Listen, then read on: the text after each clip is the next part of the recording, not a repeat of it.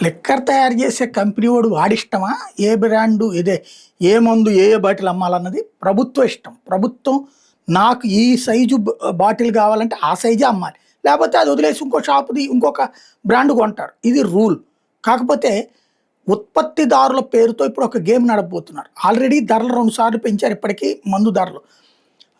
ఇంతకుముందు జగన్ టైంలో ఎక్కువకి అమ్మారు అన్నటువంటిది ఎంఆర్‌పీ కంటే ఎక్కువకి అమ్మలా. ఒరిజినల్‌గా ఎక్కువకి అమ్మిచ్చాడు జగన్ తక్కువ తాగించడం కోసం. దాని ద్వారా ప్రభుత్వానికి ఆదాయం వచ్చింది. అట్లాగా దోచేసుకున్నారు అని చెప్పి రూ. 99కి మద్యం ఇస్తామని 100 బాటిళ్లలో 5 బాటిళ్లు రూ. 99 మద్యం పెట్టి మిగతాయన్నీ మళ్ళీ పాత రేట్లకే అమ్ముతా.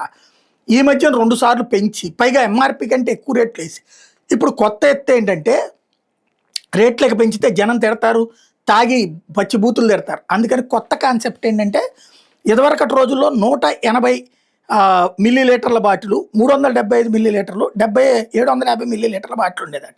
ఇప్పుడు అది కాకుండా 90 ml సైజ్ అంటే చీఫ్ లిక్కర్ సైజ్ అనమాట. 150 200 ml పరిమాణంతో ఇస్తారంట. అంటే బాటిల్ సైజ్ తగ్గిస్తారు, రేట్లు కొద్దిగా తగ్గిస్తారు. అది తెలివితేటలు. తద్వారా మందుబాబుల యొక్క బూతులు తిట్టించుకోకుండా ధరలు జాగ్రత్తగా పెంచే తెలివైన ఎత్తుగా నడుపుతున్నారు.